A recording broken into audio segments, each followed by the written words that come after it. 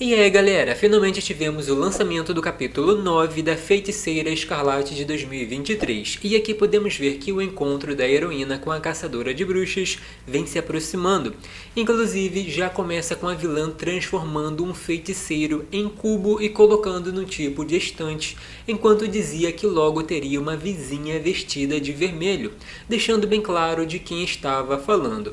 Seguindo em frente, podemos ver a Darcy dizendo que podia ajudar de alguma forma, porém o suporte seria moral, porque apenas movendo as mãos a Wanda arrumava as coisas, dizendo que sua amiga Alice investigava o caso dos feiticeiros que foram atacados, tanto os bons quanto os maus, e por isso esperavam que mais ataques ocorressem.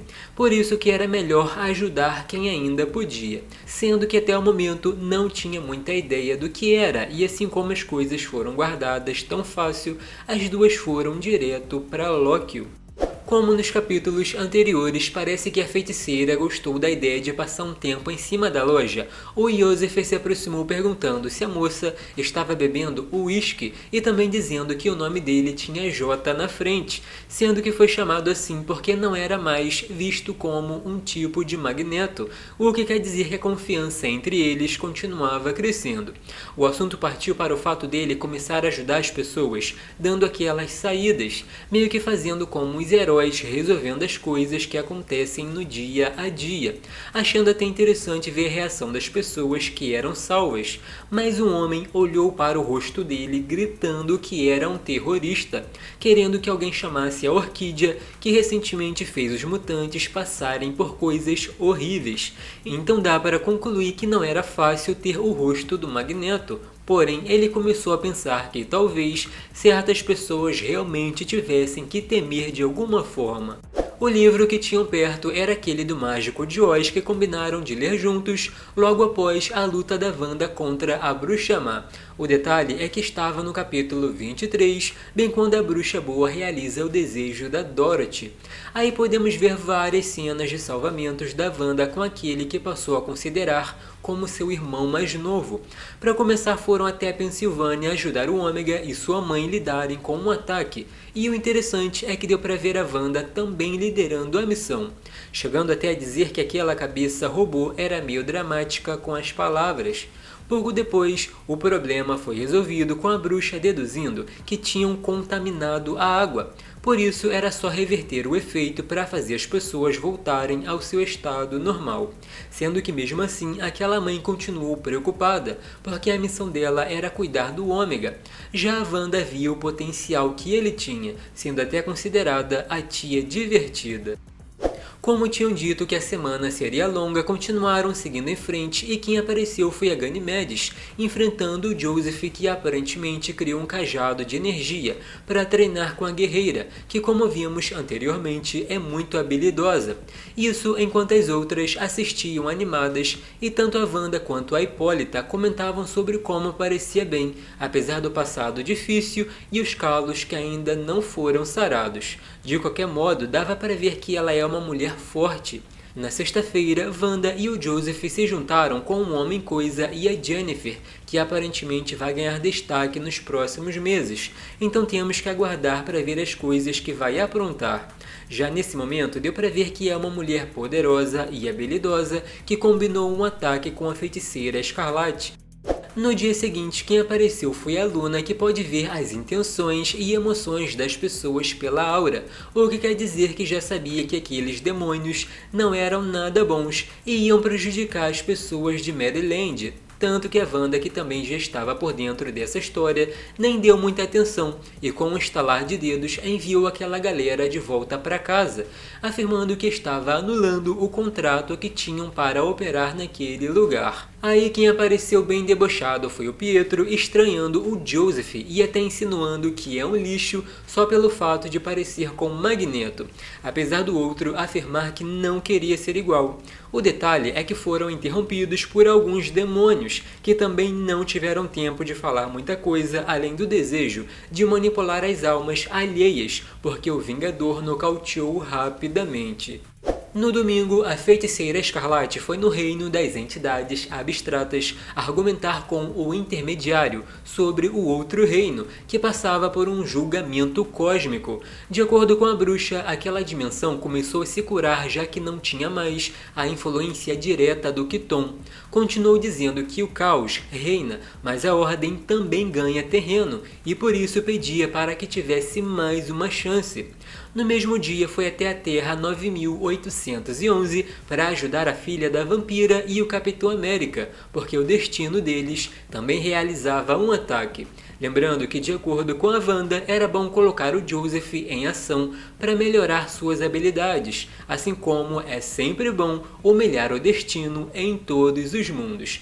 Inclusive, de acordo com o Steve, que escreve essa HQ, a porta está conectada a todas as realidades e até entidades que estão além podem passar.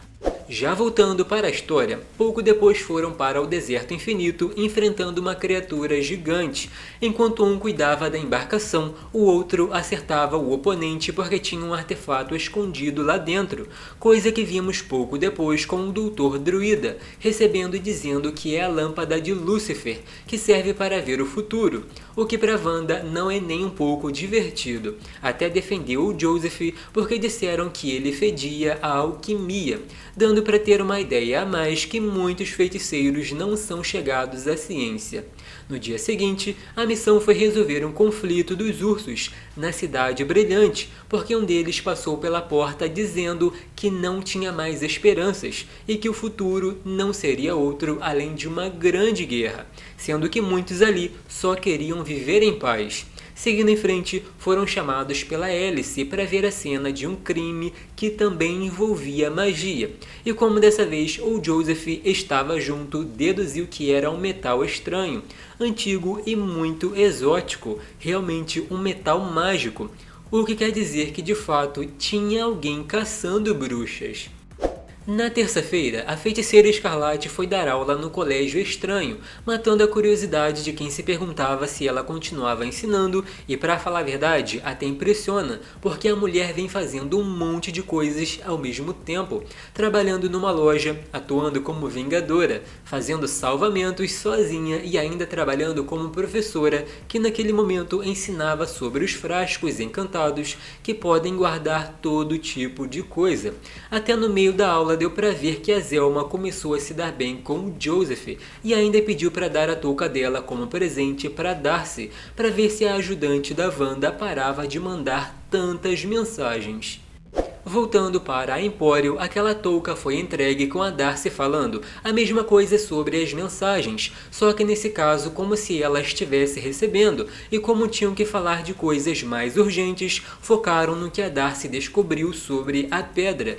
De acordo com ela, entrou em contato com um avaliador oculto e ele disse que aquilo é artificial, dando a entender que é por isso que não tinha estabilidade. Tanto que o Joseph afirmou que não confiava muito no que foi dito, pedindo para dar mais uma olhada.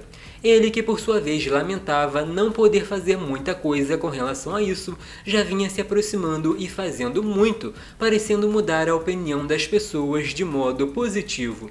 Podia continuar melhorando se continuasse focado, o que ele concordou e ainda disse que podia fazer mais, como por exemplo desmontar aquela pedra pouco a pouco para ver como bloqueia feitiços para usar como arma contra a Wanda.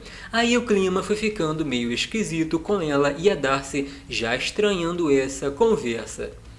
O homem foi se transformando numa coisa bem diferente, enquanto dizia para não chamar de Joseph de novo. Manipulou o mental para fazer da pedra uma lâmina, com a Darcy claramente apavorada e a feiticeira Escarlate claramente se preparando para lutar. Com 2 dedos cortados e agonizando, a feiticeira disse que não precisava fazer isso, porque deram as boas-vindas, dando a entender que a acolheram quando precisou. Aí uma voz veio da última porta com ninguém menos que a Hexfinder, se aproximando bem venenosa, falando que bruxas são traidoras, que o poder da Wanda é desequilibrado, que os aliados foram massacrados e que as brincadeiras com a realidade são infantis. Para a vilã, as coisas que aconteceram não foram um erro, era só a bruxaria na sua verdadeira forma. Continuou que a porta funciona muito bem, porque ela, como a última Hexfinder, não tinha para onde ir. Ainda terminou dizendo que não há lugar melhor para ficar do que a cova da feiticeira Escarlate. Mas e aí, o que estão achando dessa história que está perto de ser concluída? Ao que tudo indica, essa vilã é uma das mais poderosas que já surgiram nas HQs e tô ansioso para ver o futuro dela, como a Wanda vai fazer para lidar e tudo mais. Não esqueçam do like, de se inscrever no canal e compartilhar porque é muito importante para o crescimento. Até o próximo!